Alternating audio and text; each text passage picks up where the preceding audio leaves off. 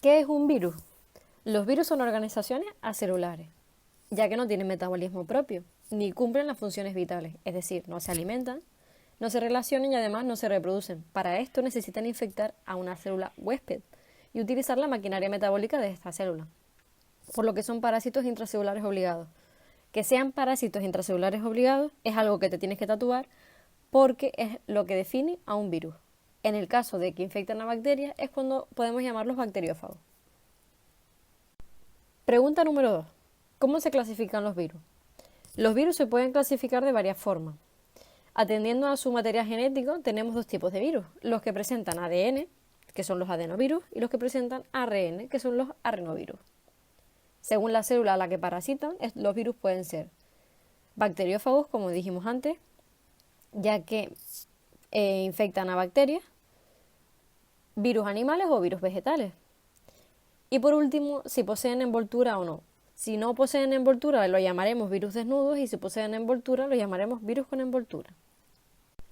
¿Cuál es la estructura básica de un virus? Todos los virus que existen comparten una estructura básica común, que es la envoltura proteica, llamada cápside o cápsida, compuesta por varias subunidades que se encajan entre sí, llamadas capsómeros, y también presentan su material genético, que como dijimos antes en la clasificación, podrá ser ARN o ADN.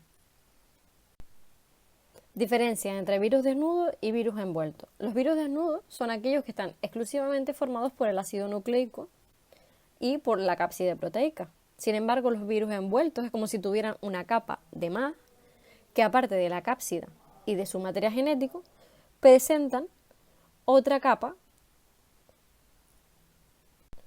¿Por qué los virus necesitan invadir una célula para reproducirse? Bien, porque el virus por sí solo no puede hacer copias de sí mismo, es decir, no se puede reproducir. Carecen de la maquinaria necesaria para ello. Entonces, una vez haya infectado a una célula, usa la maquinaria de esta para reproducirse. ¿Los virus son estructuras celulares o acelulares? La respuesta correcta es acelulares, ya que los virus no pueden ser considerados ni organismos ni microorganismos siquiera, pese a su pequeño tamaño, puesto que no poseen organización celular ni son seres vivos, ya que no realizan ninguna de las funciones vitales. Ni siquiera la reproducción, porque para ello, como hemos dicho antes, necesitan infectar a la célula, es decir, son parásitos obligados que causan enfermedades. Si nos pidieran 3 enfermedades, ejemplos causadas por virus en los humanos, podríamos decir la gripe, que es una enfermedad muy común y muy conocida, el SIDA y el ébola, que son enfermedades causadas por virus. Pero seguramente que en la actualidad la primera que nos saldría a decir sería el coronavirus. Si nos preguntaran por qué ácidos nucleicos pueden presentar los virus, la respuesta sería sencilla. Los ácidos nucleicos de los virus pueden ser ADN o ARN, como los conocemos de los temas de ácidos nucleicos. ¿Cuál es la diferencia entre ciclo lítico o ciclo lisogénico? Vale, para eso hay que explicar que los bacteriófagos tienen 2 maneras de infectar a la célula hospedadora y reproducirse. Esas 2 maneras son estos 2 tipos de ciclo, el ciclo lítico y el ciclo lisogénico. Y la principal diferencia entre ellos, pese a que ahora lo vamos a explicar en más profundidad, es que en el ciclo lítico, tras la reproducción del virus, es decir, tras que el virus se haya hecho muchas copias de sí mismo, hace ¡pum!, estalla la célula infectada, dejando paso libre a las copias del virus. Sin embargo, en el ciclo lisogénico, el genoma vírico se integra en el genoma de la bacteria o de la célula hospedadora, como si se quisiera hacer pasar por su propio ADN o ARN, y puede permanecer ahí en estado latente mucho tiempo.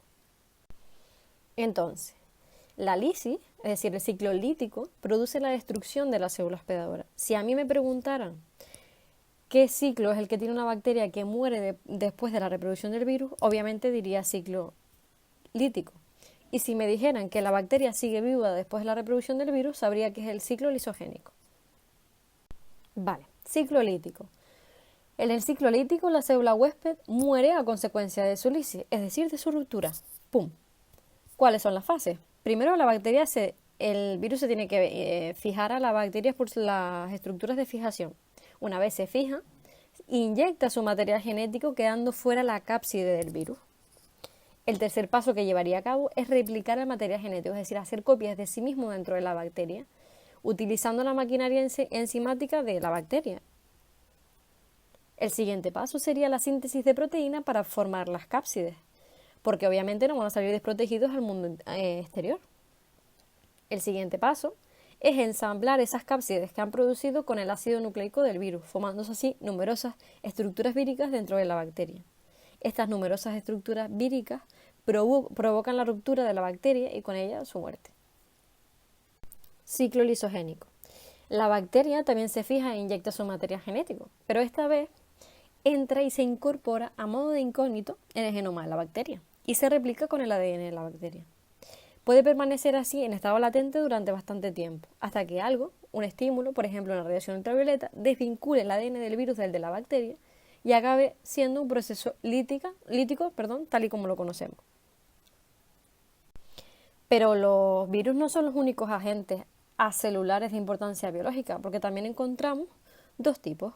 Los viroides, que son partículas infectivas muy pequeñas, de ARN monocatenario, es decir, de una sola cadena, desprovistos de envoltura. Y los priones, que son proteínas que generan infecciones y enfermedades graves como el mal de las vacas locas.